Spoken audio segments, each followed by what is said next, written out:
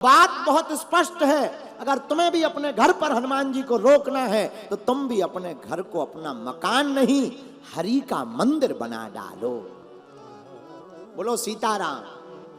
और हरि का मंदिर बनाकर सुबह शाम गाओ सीताराम सीताराम हम गाएंगे। हनुमान जी कहाँ ठहरते हैं? जहां राम नाम होता है। विभीषण के द्वार पर हनुमान जी महाराज ठहरे।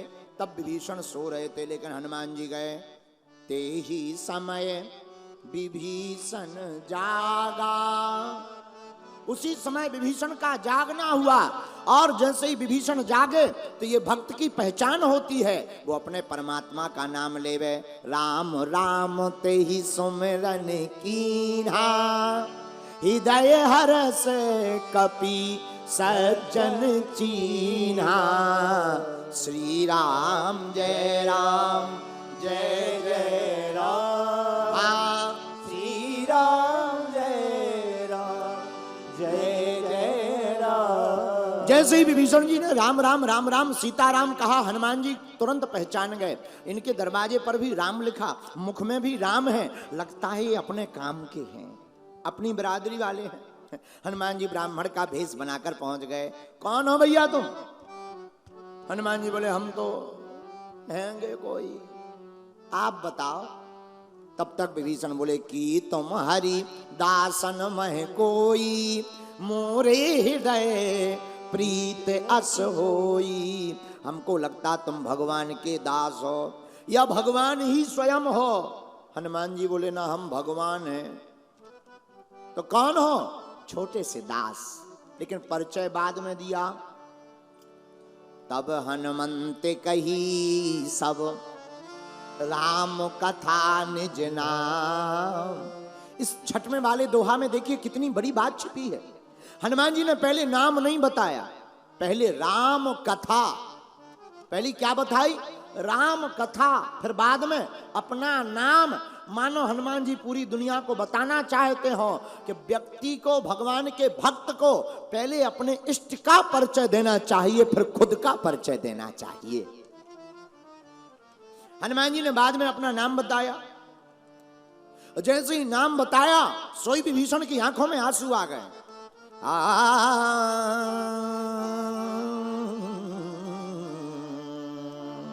क्या बात है विभीषण की, आप रो क्यों रहे? सुनहु पवन सुत रहीने हमारी। हे हनुमान जी, हमारी रहनी बहुत बेकार है। क्यों? जिमि दसिनन महो जीभ विचारी।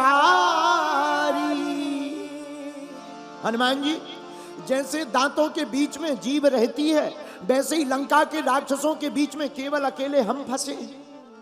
और दांत बड़े कठोर, जीभ बड़ी कोमल। दांत काटने बिना दम नहीं लेते, जीभ फिर भी लगी है। हनुमान जी बोले विभीषण घबराओ मत। क्यों? एक बात बताओ विभीषण जी, जीभ पहले आई कि दांत? विभीषण जी बोले जीभ। तो दांत कब आए? बाद में। हनुमान जी बोले जो बाद में आए हैं वो पहले चले जाएंगे, और जब पहले चले जाएंगे तो जीभ का ही तो राज्य रहेगा। समझ में आई बात? विभीषण जी बोले नहीं। हनुमान जी बोले सुनो, जीभ पहले आई, दांत बाद में आए। विभीषण, भक्त पहले आया, भगवान भी आए पहले, राक्षस बाद में आए। ये लंका रूपी दांत रूपी राक्षस आए हैं, चले जाएंगे, लेकिन तुम जीभ रूपी विभीषण यहीं पर रह करके राज्य संभालोगे। महाराज आप ठीक कह रहे हैं, लेकिन अभी तो दुर्दशा है। 32 हैं दांत, 32, और दांत बड़े कठोर। हम 32 दांतों का अकेली जीभ बिचारी क्या बिगाड़ सकती है? मुस्कुरा करके हनुमान जी बोले विभीषण जी, जीभ तो वो बिगाड़ सकती है दांतों का जो कोई नहीं बिगाड़ सकता। विभीषण जी बोले क्या? बोले जीभ को कह देना चाहिए दांतों खबरदार, अगर तुमने ज्यादा होशियारी दी, हम किसी पहलवान को देख करके गाली बक देंगे तो एक मुक्का मार करके 32 फेंक जाएंगे। तो दांत तो वो बिगाड़, जीभ तो वो बिगाड़ सकती जो कोई नहीं बिगाड़ सकता। अच्छा जीभ क्या बिगाड़ सकती? एक बात बताओ, जब हम लोग भोजन करते हैं भोजन प्रसाद। भोजन जब खाते हैं तो भोजन खाते समय कई बार अन्न का कण हमारी दांतों में फंस जाता है। हाँ जी या ना जी? जब दांतों में फंस जाता है तो बार बार कौन जाता है? जीभ। जीभ बार बार जाकर के निकालने का कोशिश करती, और जब तक निकल नहीं जाते तब तक वो कोशिश करती रहती है। देखो जीभ कितनी दयालु है। लफड़ा किसका है? दांतों का। चबाया किसने? दांतों ने। जीभ क्यों हैरान हो रही? बैठी रहो, तुम्हें क्या लेना देना, दांतों का मामला है, दांत अपने आप निपट लेंगे। लेकिन जीभ कहती नहीं, दांतों का जरूर मामला है।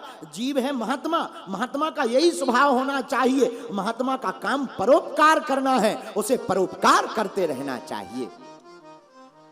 महात्मा का काम परोपकार करना। लेकिन दांत क्या है? दांत है राक्षस। और ऐसे लोग दुनिया में होते हैं दांतों जैसे, जो बड़े कठोर, जो सहयोग करने का काम करता है उसी को काटने का काम ये दुराचारी लोग भी तो करते रहते हैं। तो जीभ बार बार दांतों का भला चाहती। विभीषण जी बोले महाराज हम तो इनका भला चाहते हैं, लेकिन दांत बड़े खतरनाक है। हनुमान जी बोले महाराज घबराओ मत, जीभ तो इतनी खतरनाक है, कभी दांत दर्द हो गए तो ये जीभ ही तो है जो बताती है डॉक्टर को कि ये वाला खतरनाक है। और जीभ जिसके ऊपर रख देती है उसको फिर जड़ सहित निकाल करके फेंकवा दिया जाता है। विभीषण जी बोले मतलब? मुस्कुरा करके श्री हनुमान जी महाराज बोले हे विभीषण जी महाराज तुम चिंता मत करो, तुम हो जीव, रावण की सेना है पूरे दांत, घबराओ मत। इस लंका में जितने ये राक्षस रूपी दांत हैं डॉक्टर साहब आने वाले हैं, डॉक्टर साहब आने वाले हैं। तो विभीषण जी बोले डॉक्टर साहब कौन? बोले राम जी। और तुम घबराओ मत, डॉक्टर साहब आएंगे राम जी, और राम जी आए तो तुम तो हाथ रखते जाना, जिस जिस पे हाथ रखोगे उसका पूरा वंश नाश हो जाएगा।